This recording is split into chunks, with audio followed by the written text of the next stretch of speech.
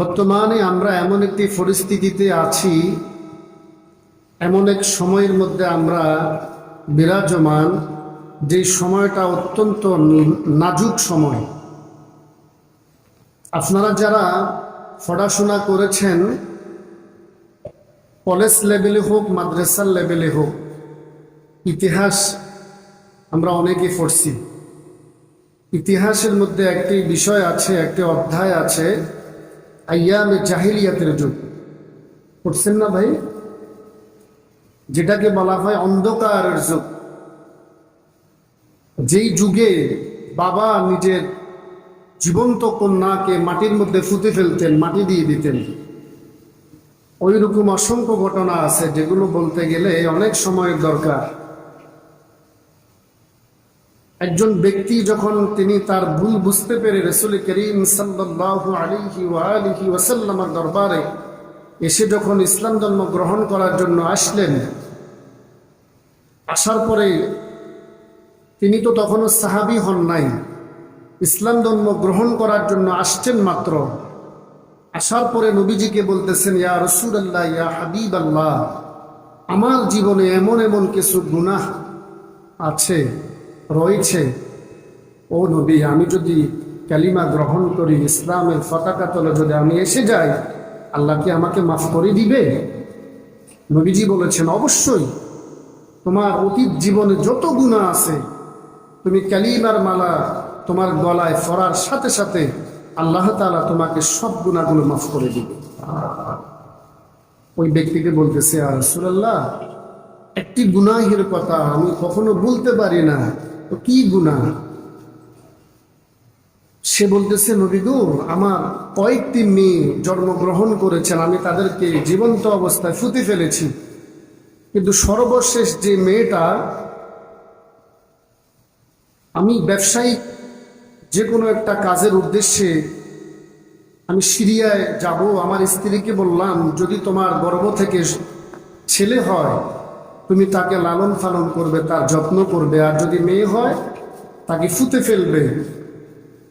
একটি কথা মনে রাখবেন, আমি আপনি দুনিয়াতে আসার যে একটি কষ্ট, এটি পৃথিবীর কোনো বাবা বুঝবে না, একজন মা ছাড়া। এটা বাবার দ্বারা বোঝা সম্ভব না। এই জন্য হাদিসে পাকে নবীজি মায়ের কথা 3 বার বলেছেন, মায়ের গুরুত্ব আরোপের কথা। যা রাজুলুন ইয়া রাসূলুল্লাহ, এক ব্যক্তি এসে যখন নবীজিকে বললেন, ও নবী, আমি দুনিয়ার মধ্যে সবচেয়ে বেশি কাকে ভালোবাসবো, কাকে মহব্বত করব? নবীজি বললেন, তোমার মাকে। ইয়া রাসূলুল্লাহ, তারপর কাকে? নবীজি বললেন, তোমার মাকে। ইয়া রাসূলুল্লাহ, তারপর কাকে? নবীজি বললেন, তোমার মাকে। ইয়া রাসূলুল্লাহ, তারপর কাকে? নবীজি বললেন, তোমার বাবাকে। 3 বার নবীজি মায়ের কথা বললেন। কারণ কি?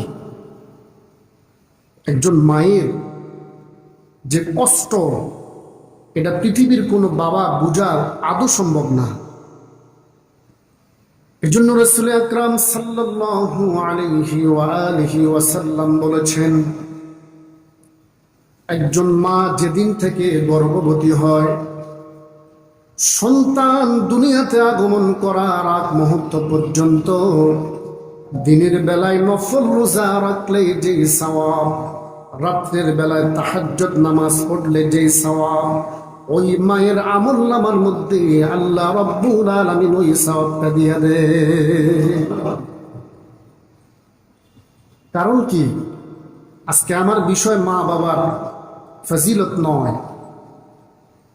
কথার প্রাসঙ্গিক যেহেতু উঠছে এই জন্য বলতেছি।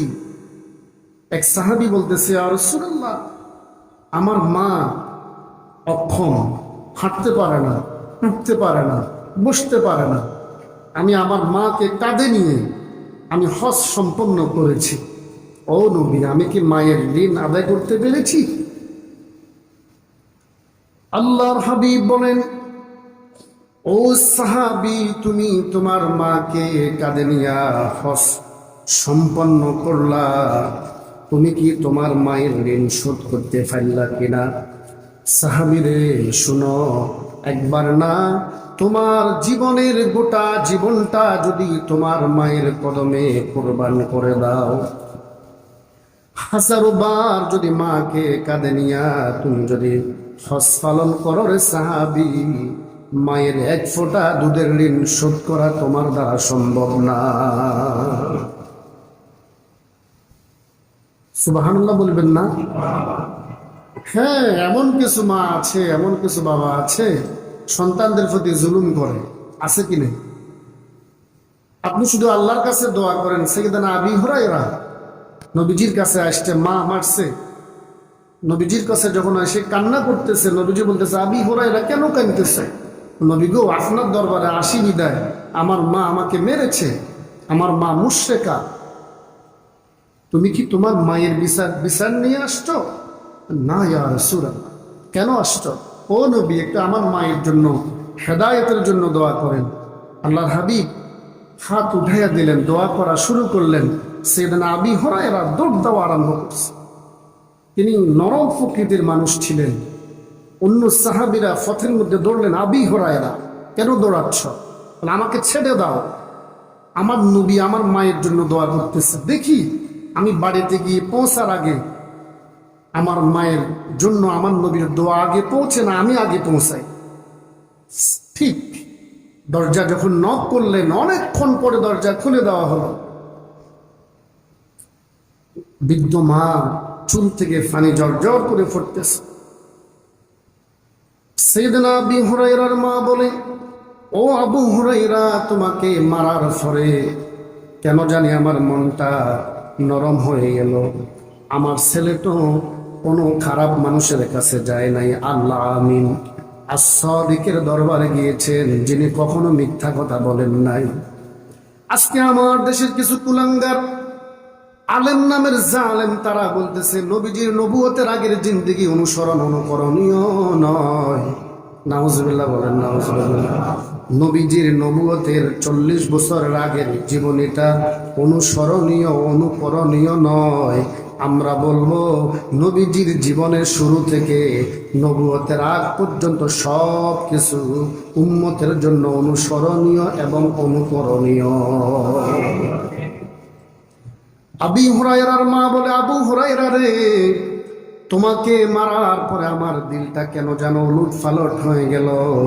আমি চিন্তা করলাম আমার সন্তান তো কোনো খারাপ মানুষের কাছে যায় নাই। ও আবু হুরায়রা, আমি গোসল করলাম, আমাকেও রহমতুল লিল আলামিন দরবারে নিয়ে যাও, আমিও অ্যাকসেপ্টেড, ইসলাম গ্রহণ করব। পড়ুন না আলহামদুলিল্লাহ। তো মায়ের বিচার করার ক্ষমতা পৃথিবীর কোনো সন্তানের নাই। শুধু দোয়া করতে হবে, আল্লাহ আমার মা বুঝতেছে না, না বুঝে আমার প্রতি জুলুম করতেছে, আমার বাবা বুঝতেছে না, না বুঝে আমার প্রতি জুলুম করতেছে, আল্লাহ তাদেরকে আমার প্রতি সহনশীল করে দাও। সুবহানাল্লাহ। দোয়া ছাড়া আর সন্তানের পক্ষে মা বাবার বিচার করার ক্ষমতা। সম্মানিত হাজিরিন, মা এবং বাবা তারা রিদার রাব্বি ওয়া ফি রিদাল ওয়ালিদাইন ওয়া সাখাতুর রাব্বি ফি সাখাতিল ওয়ালিদাইন। আল্লাহর হাবিব বলেন, মা বাবা সন্তুষ্ট, আল্লাহ রব্বুল আলামিন সন্তুষ্ট। মা বাবা অসন্তুষ্ট, ও সন্তান তোমার কোনো আমল কাজে আসবে না, কোনো আমল কাজে আসবে। ওই সাহাবী নবীজির দরবারে এসে বলে, নবী গো, আমি ব্যবসায়িক উদ্দেশ্যে সিরিয়া চলে যাচ্ছি। আমার স্ত্রীকে বললাম, যদি কন্যা সন্তান হয় জীবন্ত মাটি দিয়ে দিবা, আর যদি ছেলে সন্তান হয় লালন পালন করবা। আমি 3-4 বছর পরে যখন আমার বাড়িতে ফিরলাম, তখন দেখি আমার ঘরে ফুটফুটে একটা ছোট্ট কন্যা সন্তান। আমি আমার স্ত্রীকে বললাম, কি ব্যাপার, তুমি তাকে মারো নাই, হত্যা করো নাই কেন? আমার স্ত্রী 2 চোখের পানি ছেড়ে দিয়ে বলে, স্বামী গো, যে নারী বিচ্ছেদের কষ্ট, সন্তান প্রসবের কষ্ট, সন্তান গর্ভধারণের কষ্ট আপনি বুঝবেন না, আমি মা বুঝি। এই মেয়েটার চেহারার দিকে তাকানোর পর আমার মায়া লেগে গেছে, আমি তাকে মারতে পারি নাই, হত্যা করতে পারি নাই। ওই সাহাবী নবীজিকে ঘটনা বলতেছেন, লম্বা আলোচনা। ওই ব্যক্তিটি বলতেছেন, নবী গো, আমি যখন সমাজে বের হলাম, ওই কুলুষিত সমাজ, অন্ধকারের সমাজ। আমাকে বললেন আমি যদি সন্তানটা ফুতে ফেলি না ফেলি, হত্যা না করি, সবাই আমার সাথে সামাজিকতা বন্ধ করে দিবে। আমি সমাজের ভয়ে ওই মেয়েটাকে একদিন তার মাকে, আমার স্ত্রীকে মিথ্যা কথা বলে, আমি বেড়ানোর কথা বলে তাকে বাড়ি থেকে বের করে নিলাম। একটা উঁচু পাহাড়ের মধ্যে উঠলাম। ও নবী, আমার মেয়েটা আমার মুখের গামগুলো মুছে দিচ্ছে আর বারবার বারবার জিজ্ঞেস করে, বাবা তুমি আমাকে কোথায় নিয়ে যাচ্ছ? ইয়া রাসূলুল্লাহ, আমার দিলের মধ্যে মায়া হলো না। আমি তাকে নিয়ে পাহাড়ের মধ্যে উঠে একটা গর্ত করলাম। গর্ত করার পরে মেয়েটাকে সেখানেই ফেলে দিলাম। এরপরে পাথর মারা নিক্ষেপ করলাম। মেয়েটা চিৎকার মেরে কান্দে, বাবারে আমাকে মারবেন না, আমি যতদিন বাঁচবো কখনো আপনার মেয়ে বলে কাউকে স্বীকার করব না। ও নবী, আমি তবু আমার দিলে দয়া হলো না, আমি তাকে হত্যা করে ফেললাম। এই ঘটনা বলার পরে নবীজি ঝরঝর করে কান্না আরম্ভ করলেন। আর ওই ব্যক্তি বলে, ইয়া রাসূলুল্লাহ, আমি ইসলাম ধর্ম গ্রহণ করার পর আল্লাহ কি আমার এই গুনাহটাও মাফ করে দিবে নাকি? নবীজি বললেন, হ্যাঁ মাফ করে দিবে। দেখেন কত অন্ধকার যুগ ছিল তখন। বর্তমান যুগ আমার মনে হয় ওই পর্যায়ে চলে আসছে। ঝিনাইদহ 4 আসনের এমপি আনোয়ার হোসেন আনু, চিকিৎসার নাম দিয়ে হোক আর যেটাই হোক, ভারতে গেলেন, স্ত্রী সন্তান, মেয়েটা সম্ভবত আমেরিকাতে নাকি কানাডাতে পড়ে। মেয়েটা সংবাদ বিবৃতি দিচ্ছেন, আমি আজ থেকে বাবা হারা হয়ে গেলাম। ওই আনোয়ার হোসেন আনু, যেটা আমরা ডিবি হারুন সাহেবের জবান থেকে শুনেছি, তিনি বলতেছেন সে যখন গেল, যাওয়ার পরে 7-8 জন তারা একটা বাড়ির মধ্যে বসলো। সেখানে আনোয়ার হোসেন আনুর গার্লফ্রেন্ডও আছে। 200 কোটি টাকার বাজেট কথা চলতে চলতে এক পর্যায়ে তর্ক বিতর্ক লেগে গেল। বালিশ চাপা দিয়ে হত্যা করা হলো, যাতে আনোয়ার হোসেন আনুর কোনো চিহ্ন না থাকে। গোস্ত গুলাকে, গরু গোস্ত যেমনি ভাবে কাটা হয় ওভাবে টুকরো টুকরো করা হয়েছে। ওই গোস্তের মধ্যে যাতে বুঝতে না পারে মশলা দেওয়া হয়েছে। আমি যখন এই ডিবি হারুন সাহেবের জবানে কথাগুলো শুনলাম, আমার চিন্তাধারা এসে গেল, হায়রে মনে হয় আইয়ামে জাহিলিয়াতের যুগে আমরা বর্তমানে রয়েছি। মানুষ কিভাবে মানুষকে মারে? মারছে তো মারছে, বরঞ্চ গোস্তগুলাকে, গরু গোস্ত যেমনি ভাবে রমজান মাসে আমরা কাটি, এভাবে কাটি মশলা দিয়ে দিছে যাতে বুঝতে না পারে, তার ছিন্ন বিচ্ছিন্ন শরীর যাতে কখনো তার হদিস না পাওয়া যায়, ওই রকম অবস্থা করে ফেলছে। কোন জামানা আসছে, মেরে হেরা আবার দেশেও চলে এসছে। মনে রাখবেন, ফাফ কখনো গোপন থাকে না। আপনি যতই ফাফ করেন, অবৈধ সম্পর্ক করেন, অবৈধ কাজ করেন, একটা কথা মনে রাখবেন, হারামে কখনো কি নাই, আরাম নাই। হালাল যদি অল্প হয় আলহামদুলিল্লাহ, হারাম প্রসাদ অট্টালিকা করলেন। আমি কমেন্টস গুলা দেখছি, একটা মানুষ ইন্নালিল্লাহ পড়ে নাই।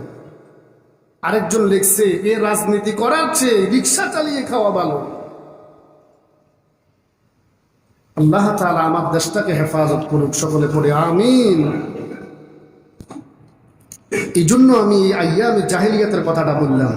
এটা বলতে গিয়ে আমার 10-15 মিনিট সময় চলে গেছে। আল্লাহর হাবিব বলেছেন, কিয়ামতের পূর্বে মানুষের মাঝে মানুষের দয়া চলে যাবে, মায়া চলে যাবে। ঠিক নবীজির ভবিষ্যৎবাণীগুলো আজকে আমরা দেখতে পাচ্ছি। মুআজ্জাজ মুহতারাম মুকাররম, আজকে মুসলমান নবীজির আদর্শ থেকে বিচ্যুত হওয়ার কারণে লাকাদ কানা লাকুম ফি রাসূলিল্লাহি উসওয়াতুন হাসানা। একজন মুসলমান, একজন মুমিনের আদর্শ গ্রহণ করার দরকার ছিল নবীজির আদর্শ। আমরা কার আদর্শ গ্রহণ করতেছি?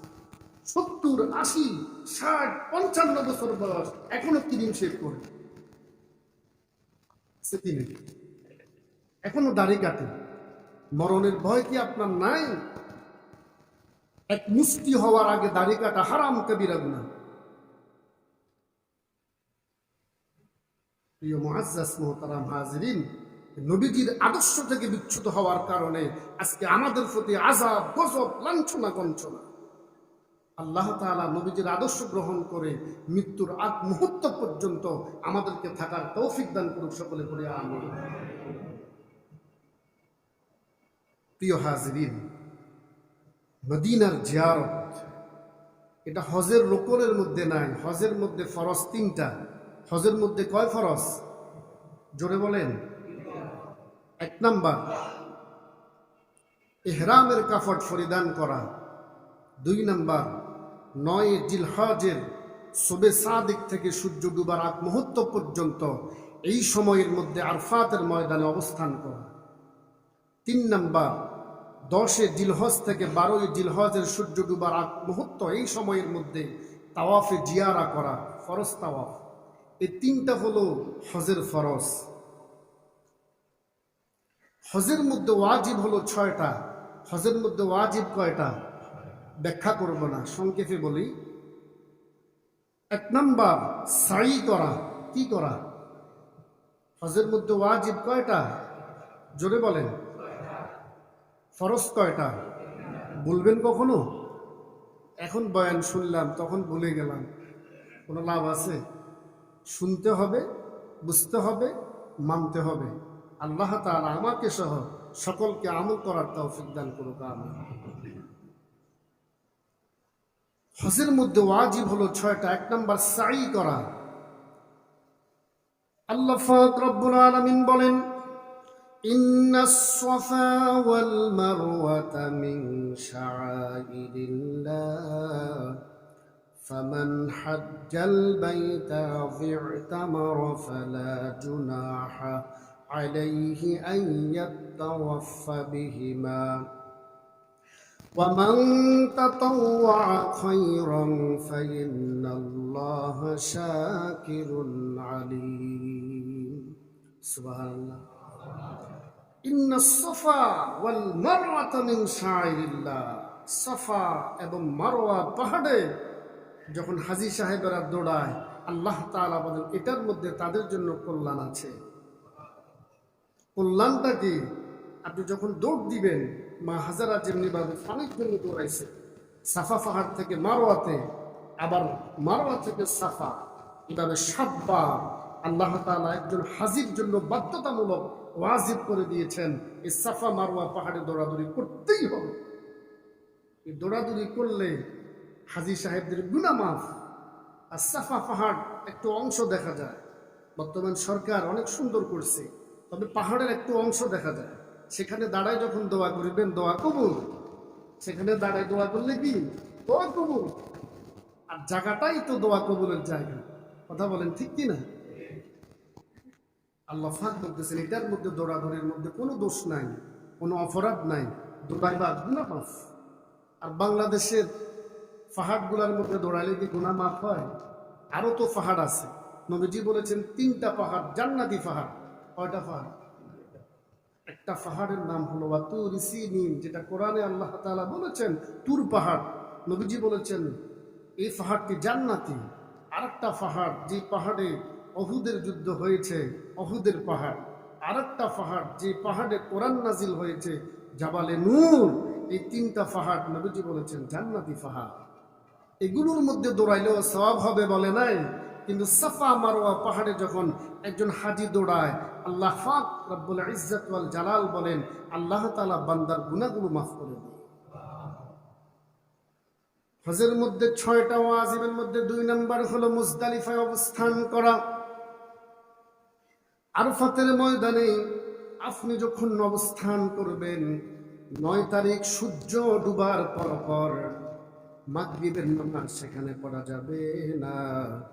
ইসলামের বিধান হলো মুজদালিফায় গিয়ে একসাথে মাগরিব এবং ইশা আদায় করতে হবে।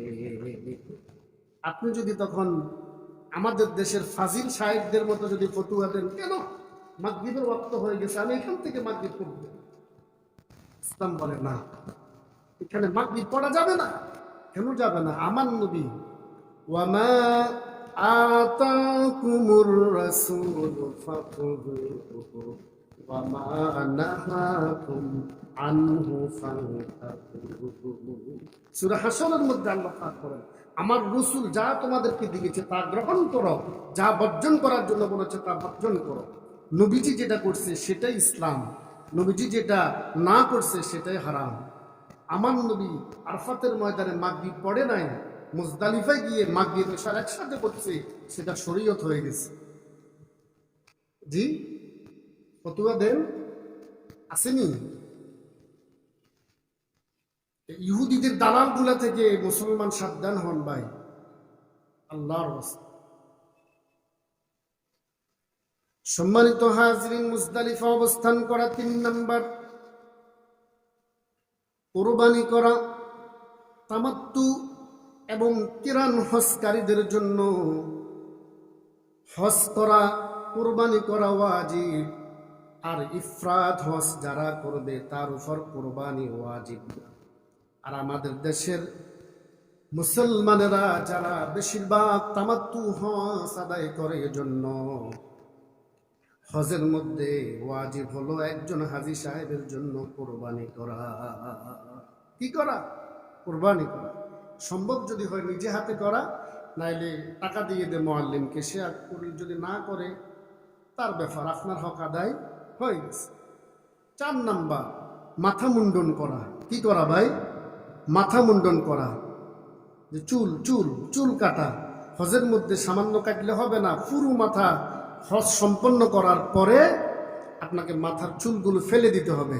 কারণ নবীজি বলেন, তুমি যখন হজ সম্পন্ন করবা, চুলগুলো যখন ফেলে দিবা, প্রত্যেকটা চুলের সাথে আল্লাহ তাআলা তোমার একটা করে গুনাহ মাফ করে দিবে এবং একটা করে নেকি দিয়ে দিবে। 5 নাম্বার, মিনায় গিয়ে 3 দিন শয়তানগুলাকে পাথর মারা। কয় দিন? 3 দিন। প্রথম দিন মাত্র 7টা, দ্বিতীয় দিন 21টা, তৃতীয় দিন 21টা। কয়টা হয়েছে? 49টা টোটাল আপনাকে পাথর নিক্ষেপ করতে হবে। 10 তারিখ, 11 তারিখ, 12 তারিখ জিলহজের। 6 নাম্বার, তাওয়াফে বিদআ, যেটাকে তাওয়াফে সাদর বলে, এই তাওয়াফটা করা, এটা ওয়াজিব। এই 6টা হলো হজের ওয়াজিব, আর 3টি হলো হজের ফরজ। এবার বলেন তো, হজের মধ্যে কি মদিনার জিয়ারতের কথা আছে? নাই। এজন্য আজকে ঠান্ডা মাথায় আমাদের দেশের মুসলমানদের ইমান করতেছে, হজ করতে গেলে মদিনাতে না গেলেও চলবে। হজ করতে গেলে মদিনাতে না গেলেও, আর আমার দয়াল নবী বলে, তুমি হজ করলে মক্কায়, কবুল হবে মদিনা। হজ করলে কোথায়? মক্কায়। কবুল হবে কোথায়? মদিনা। কেন? আল্লাহর হাবিব বলেন হাদিসে পাকের মধ্যে, ওয়াকাল রাসূলুল্লাহ সাল্লাল্লাহু আলাইহি ওয়াসাল্লাম, মান হাজ্জা ওয়া লাম ইউজিরনি ফাকাদ জাফানি। আল্লাহর নবী বলেন, ও আমার উম্মতের দলেরা, যারা হজ করার জন্য আসলা, হজ করলা, কিন্তু আমি নবীর রওজা জিয়ারত করলা না, ও আমার উম্মতেরা শুনো, তুমি আমি নবীর উপর জুলুম করলা। পড়ুন না নাউজুবিল্লাহ। হজ করলা কিন্তু আমি নবীর রওজা জিয়ারত করলা না, তুমি আমার প্রতি জুলুম করলা। নবীর প্রতি জুলুম করি আপনি হজ কবুল হবে? জি। وقال رسول الله صلى الله عليه وسلم, من جار قبري وجبت له شفاعتي يوم القيامة। বাইহাকি শরীফের হাদিস। আল্লাহর হাবিব বলেন, ও আমার উম্মত, যে জীবনে একবার আমি নবীর রওজা জিয়ারত করবে, তার জন্য কিয়ামতের মাঠে শাফায়াত করা আমি নবীর জন্য ওয়াজিব হয়ে যাবে। তবে হালাল টাকা দিয়া। কোন টাকা? সুদের টাকা দিয়ে হজ 100 বার করলেও লাভ হবে না। মা বাবাকে কষ্ট দিয়ে 100 বার হজ করলেও, হালাল টাকা দিয়ে একবার করেন যথেষ্ট। হালাল টাকা দিয়ে একবার করেন, কি বলেন না, যথেষ্ট। হারাম টাকা দিয়ে 100বার হজ করেন, কোনো লাভ নাই। وعن ابن عمر رضي الله تعالى عنه قال قال رسول الله صلى الله عليه وسلم من حج فزار قبري بعد موتي كان كمن زارني في حياتي পড়েন সুবহানাল্লাহ। হযরত আব্দুল্লাহ ইবনে উমর হাদিসটা বর্ণনা করেন, আল্লাহর হাবিব বলেন, আমার যে উম্মত আমি নবীর ওফাত শরীফের পরে, আমি নবীর ইন্তেকালের পরে আমি নবীর রওজা জিয়ারত করলো, ও আমার উম্মতেরা তোমরা শুনো, আমার উম্মতটা যেন আমি নবীর জীবদ্দ অবস্থায় আমার সাথে সাক্ষাৎ করলো। নবী মারা গেছে এটা আমরা বলি না, এটা নবীর শানে বেয়াদবি। আমরা বলি নবীজির ফদ্দা করছে। হ্যাঁ, অবশ্য মারা গেছে, ইন্তেকাল করছে সাময়িক সময়ের জন্য। ওই প্রসঙ্গে গেলে আমার লম্বা আলোচনা হবে। আপনি যে নবীজির শান খাটো করেন, নবীজির জানাজা কে পড়ছে? নবীজির জানাজা কে পড়ছে? কেউ বলতে পারবেন? নবীজির জানাজা হয় নাই। নবীজির সালাতু সালামের মাধ্যমে আসমানের রহমতের ফেরেশতারা চারদিকে নবীজির জিসিম মোবারকের সামনে সালাতু সালাম করছে, এটাই নবীর জানাজা। নবী আমার মতো কি বলেন না ভাই? কুল ইন্নামা আনা বাশারুম মিসলুকুম, দলিল দে নবী আমার মতো। আপনি ঘুম গেলে ওযু ভাঙ্গে, আমার নবী ঘুম গেলে ওযু ভাঙ্গে না। নবী আমার মতো বলেন না ভাই? আমার মতো, আপনার মতো, তার মতো। নবী নবীর মতো, নবী কারো মতো না। কুল ইন্নামা আনা বাশারুম মিসলুকুম, এই ফরর অংশ বলে না, ইউহা ইলাইয়া আন্নামা ইলাহুকুম ইলাহু ওয়াহিদ। আমার কাছে ওহী আসে, তোমাদের কার কাছে ওহী আসে?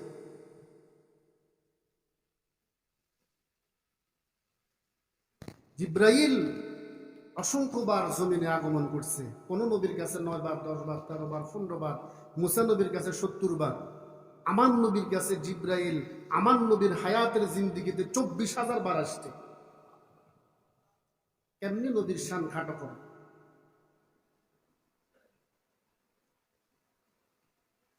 আল্লাহর হাবিব বলেন, ও আমার উম্মত, আমি নবীর উফাত শরীফের পরে যে আমি নবীর রওজা জিয়ারত করলো, আমার উম্মতটা আমার হায়াতের জিন্দেগিতে আমার সাথে সাক্ষাৎ করলো। নবীর রওজার সামনে যখন দাঁড়াবেন, যখন সালাম দিবেন, খোদার কসম আপনার সালামের জবাব আমার নবী স্বয়ং কানে শুনতে পায় এবং আপনাকে দেখতে পায়। সুবহান সুবহান সুবহান। এই প্রসঙ্গে আজকে জুমার আগে একটা ঘটনা পড়ছি। এই ঘটনাটা একজন বড় বুজুর্গ, উনি ওনার একটা কিতাব ফাজাইল হজ, এই ফাজাইল হজের মধ্যে সাইকুল হাদিস আল্লামা জাকারিয়া রহমতুল্লাহি আলাইহি, যিনি ফাজাইল আমল লিখেছেন, আমার কওমি ভাইদের মুরব্বী আর আমাদের একজন আশিকে রাসূল, তিনিও একটা কিতাব লিখেছেন এই সেম ঘটনা। ওই কিতাবের মধ্যে বুনিয়ানুল মুসাইয়াদ কিতাবের 9 নম্বর পৃষ্ঠায় তিনি ঘটনাটা উল্লেখ করেন। শুধু তাই নয়, অসংখ্য কিতাবের মধ্যে ঘটনাটা আছে। আল্লাহর নবীর বংশধর, আল্লাহর নবীর বংশধর নাম, ওই বুজুর্গের নাম হলো সৈয়দ আহমদ রিফাই। নাম কি? সৈয়দ আহমদ রিফাই, যার বাড়ি কুয়েতে, সব সময় তিনি প্রতিদিন একবার রুহানি ভাবে নবীজির সাথে সাক্ষাৎ করতেন। মুরাকাবা মুশাহাদায় যখন বসতেন, দিলটাকে মদিনার রওজার সাথে লাগাইয়া দিতেন। আর মদিনার নবী সৈয়দ আহমদ রিফাইর সাথে মুরাকাবার মধ্যে সাক্ষাৎ করতেন। পড়ুন না সুবহানাল্লাহ। 555 হিজরিতে তিনি হজ করার জন্য যখন গেলেন, হজ সম্পন্ন করে মদিনাতে এসে মদিনার নবীর রওজার সামনে দাঁড়িয়ে সালাম দিলেন, আসসালামু আলাইকুম ইয়া জাদ্দি। রওজা থেকে সালামের জবাব আসে, ওয়া আলাইকুম আসসালাম ইয়া ওয়ালাদি। সুবহানাল্লাহ। কিতাবের মধ্যে লেখে, আমার কাছে রেফারেন্স আছে, লাগলে নিবেন। ওই বছর 90 লক্ষ হাজী সাহেবেরা হজ করার জন্য গেছেন। সেই মসজিদে নববীর সামনে ছিল আর সৈয়দ আহমদ রেফাই আল্লাহর হাবিবকে উদ্দেশ্য করে বলেন, তিনি আরবিতে কিতাবের মধ্যে শব্দগুলো এমন ভাবে বলেছেন, তিনি আল্লাহর হাবিবকে স্বয়ং করে সুন্দরভাবে নবীজির ওফাত শরীফের 500 বছর পরের ঘটনা। কত বছর? নবীজির ফদ্দা করা 500 বছরের পরের ঘটনা। সৈয়দ আহমদ রিফাই বলতেছেন, ফি হালাতিল আবদি রূহি কুনতু আরসালাহা তাকাব্বালাল আরদা আন্নি ওয়া হিয়া নাইবতি ওয়া হাযা দুলাতিল আসবাহা ক্বাদ হাদারাত ফামদুদ ইয়ামিনিকা কাই তাহদি বিহা শাফাতি। সৈয়দ আহমদ রিফাই বলে, ইয়া রাসূলুল্লাহ, ইয়া হাবিবাল্লাহ, ও আমার মায়ার নবী, দয়ার নবী গো, আমি যখন মুরাকাবায় বসি প্রতিদিন আপনার সাথে আমার রুহানি ভাবে দেখা হয়। আজকে আমি সৈয়দ আহমদ রিফাই সরাসরি আপনার রওজার সামনে আসছি। ও নবী, আমার মন চায় আমি আপনার হাত মোবারকে একটা চুম্বন করব। আমার মন চায় আপনার হাত মোবারকে একটা চুমা দেব। আশিকের সাথে মাসুকের কোনো দলিল লাগে না। আশিক মাসুককে এমন ভাবে ভালোবাসে, লাইলি মজনুর যে ভালোবাসা, মজনু লাইলির বাড়ির কুকুরকে পর্যন্ত চুম্বন করেছেন। মানুষ যখন প্রশ্ন করলো, কুকুরের মধ্যে কি পাইলেন? মজনু বলে, আমার লাইলির বাড়ির কুকুরের মধ্যেও আমি লাইলির ঘেরান পাই, এজন্য চুমু দিলাম। সৈয়দ আহমদ রিফাই যখন আল্লাহর হাবিবকে ডাক দিলেন, রওজা মুবারক থেকে আর 1 সেকেন্ড দেরিও হলো না। 90 লক্ষ হাজী সাহেবেরা দেখেছেন। কিতাবের মধ্যে লেখেন, ওই বছর হযরতে আব্দুল কাদের জিলানী, সমস্ত অলিকুলের সম্রাট, তিনিও ছিলেন প্রেজেন্ট। সৈয়দ আহমদ রিফাই যখন ডাক দিলেন, আল্লাহ নবী সেকেন্ডের মধ্যে রওজা মুবারক থেকে হাত মুবারক উঠাইয়া দিলেন। সৈয়দ আহমদ রিফাই চুম্বন করলেন। চুম্বন করার পরে সকল হাজী সাহেবরা দেখলেন আবার নবীজির হাত মুবারক রওজা মুবারকের ভিতরে ঢুকে গেল। কত বছর পরে? নবীজির ওফাত শরীফের 500 বছর পরের ঘটনা। নবীজি রওজা মুবারকে মরা, জি, পৌঁছে গলে মাটির সাথে মিশে গেছে। এই ঈমান যদি কেউ রাখে, খোদার কসম, সাথে সাথে বেঈমান হয়ে যাবে, মুশরিক হয়ে যাবে। কারণ সমস্ত নবীদের জন্য আল্লাহ তাআলা মাটিকে হারাম করে দিয়েছেন, নবীদের শরীর স্পর্শ করতে পারবে না। আর নবীরা তো বহু দূরের কথা, নবীদের আদনা গোলামের ঘরে গোলাম, উম্মত, মসজিদের সাধারণ না, মসজিদের একজন নগণ্য মুয়াজ্জিন, আমার মতো নগণ্য খাদেম, ইন্তেকালের 40 থেকে 50 বছর পরে যখন নদী বাঙ্গনে কবর নিয়ে যাচ্ছে, সন্তানদেরকে স্বপ্নে দেখাইবে, আমাকে এখান থেকে তোমরা ট্রান্সফার করো। কবর যখন কুডা হলো, কাফনের কাফড় পর্যন্ত পৌঁছে নাই। এগুলো আমরা মুসলমান, আমরা কি মুসলমান, আমাদের ঐতিহ্য আছে। আমরা অন্য অন্য ধর্মের মতো বানানো ধর্ম না। ইন্নাদ দীনা ইনদাল্লাহিল ইসলাম, আমরা মুসলমান।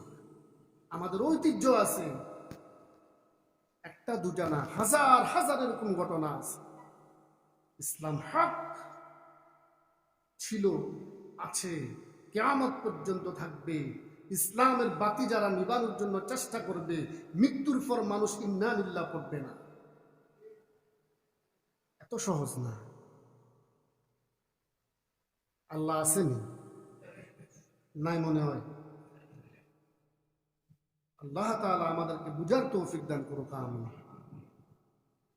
জীবন কয় দিনের? জীবন কয় দিনের ভাই?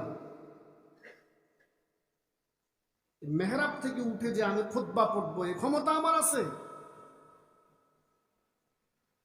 মেহরাব থেকে যে আমি দাঁড়িয়ে খুতবা ফুটবো, এই ক্ষমতা আমার আছে?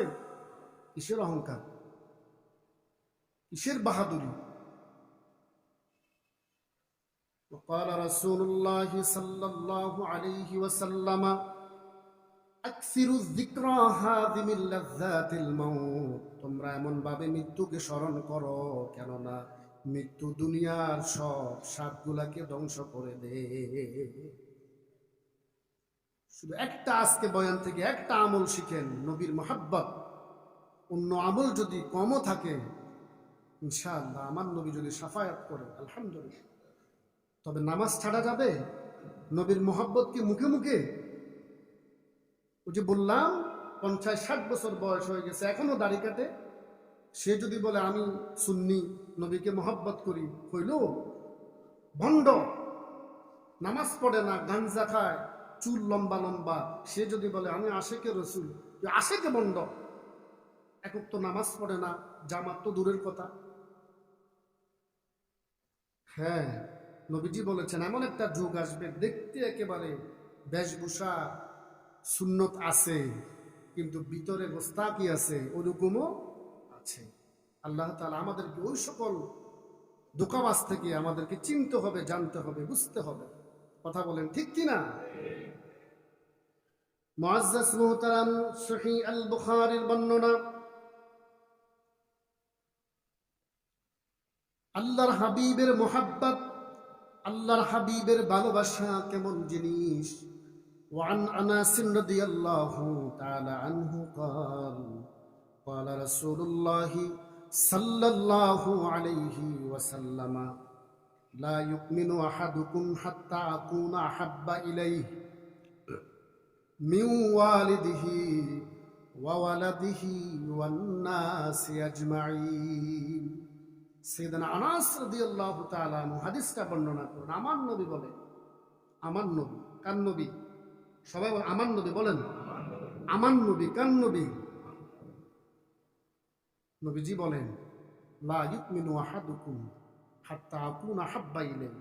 তুমি অতক্ষণ পর্যন্ত পরিপূর্ণ মুমিন হতে পারবে না যতক্ষণ না পর্যন্ত আমি নবীকে, হাত্তা আকুনা হাব্বা ইলাইহি মিন ওয়ালিদিহি, তোমার ছেলে সন্তান থেকে, ওয়া ওয়ালাদিহি, আব্বা আম্মা থেকে, ওয়ান নাসি আজমাইন, সমস্ত মানুষ থেকে, তোমার ছেলে সন্তান, তোমার পিতা মাতা, তোমার আত্মীয় স্বজন, যত পৃথিবীতে যত মানুষ আছে, সমস্ত মানুষগুলার থেকে আমি নবীকে যতক্ষণ না পর্যন্ত ভালোবাসবে না, অতক্ষণ পর্যন্ত তুমি পরিপূর্ণ মুমিন হতে পারবে না।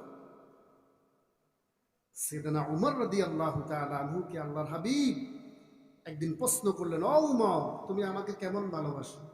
সাইয়েদনা উমর বলে, ইয়া রাসূলুল্লাহ, আমার ছেলে সন্তান, স্ত্রী পুত্র, আমার সম্পদ যা যা আছে সব কিছুর চেয়েও নবী আপনাকে ভালোবাসে, বাট কিন্তু আমার জানের চেয়ে না। নবীজি বললেন লা ইউমিনু, তুমি এখনো মুমিন হতে পারো না। সাইয়েদনা উমর হাউমাউ করে কেঁদে দিলেন, ইয়া রাসূলুল্লাহ, ইয়া হাবিবাল্লাহ, ও নবী, কেন মুমিন হতে পারবো না? আল্লাহর নবী বলেন লা ইউমিনু আহাদুকুম হাত্তা আকুনা আহাব্বা ইলাইহি মিন ওয়ালিদিহি ওয়া ওয়ালাদিহি ওয়ান নাসি আজমাইন। এই হাদিসের মধ্যে একটা শব্দ উজ্জ আছে, তুমি সমস্ত মানুষ এবং তোমার জানের চেয়ে আমি নবীকে যতক্ষণ না পর্যন্ত ভালোবাসতে পারবে না, অতক্ষণ পর্যন্ত তুমি মুমিন হতে পারবে না। অথচ দুনিয়াতে থাকা অবস্থায় নবীর সংবাদ তুমি জান্নাতি, সেও যদি মুমিন হতে না পারে, এবার আমার আপনার অবস্থা কি? সাইয়েদনা উমর বলে, ইয়া রাসূলুল্লাহ, ওয়াল্লাহি আল্লাহর শপথ করে বলি, এখন থেকে আমি উমর আমার জানের চেয়েও আমার নবীকে মহব্বত করি। আল্লাহর নবী বললেন, মুমিন, তুমি এখন মুমিন হবে। আল্লাহ তাআলা কুরআনুল কারীমের মধ্যে বলেন, কুল ইন কুনতুম তুহিব্বুনাল্লাহা ফাত্তাবিউনি ইউহিব্বুকুমুল্লাহ ওয়া ইয়াগফির লাকুম যুনুবাকুম আল্লাহু গফুরুর রহিম। আয়াতের ব্যাখ্যা লম্বা, মূল থিংসটা আমি বলি। আল্লাহ পাক বলেছেন, আমাকে যদি পেতে হয়, আমাকে যদি মহব্বত করতে হয়, আমাকে যদি ভালোবাসতে হয়, আমার নবীর ইতাআত করো। আমার নবীর ইতাআত যদি করো, আমি আল্লাহকে ভালোবাসা হবে। আর আমি আমার নবীকে যদি ভালোবাসো, আমি আল্লাহকে যদি ভালোবাসো, ওয়ায়াগফির লাকুম যুনুবাকুম ওয়াল্লাহু গফুরুর রহিম, আমি আল্লাহ তোমার সমস্ত গুনাহ মাফ করে দেব, আমি ক্ষমাকারী, অতিশয় দয়ালু। সুবহানাল্লাহ। তো মোহাব্বত কি হবে, কেমনে হবে? দাঁড়ায় দাঁড়ায় প্রসাব করি? জি, কথা বলেন না ভাই। দাঁড়া দাঁড়ায় প্রসাব করি? সিগারেট খাইয়া? হ্যাঁ, হারাম খাইয়া, সুদ খাইয়া, নামাজ না পড়ে, অবৈধ প্রেম ভালোবাসা করে, দাড়ি কেটে? নবীর আদর্শ ওয়ামিলুস সালিহাতটা হলো প্রাপ্তবয়স্ক হওয়ার পর থেকে মৃত্যুর আগ পর্যন্ত নবীর আদর্শে আদর্শিত হওয়ার নাম ওয়ামিলুস সালিহাত। আল্লাহ পাক বুঝার মানার আমল করার তৌফিক দান করুক, আমিন। ওয়া মা আলাইনা ইল্লাল বালাগ। যারা সুন্নত পড়েন নাই, সুন্নত পড়ে নেন।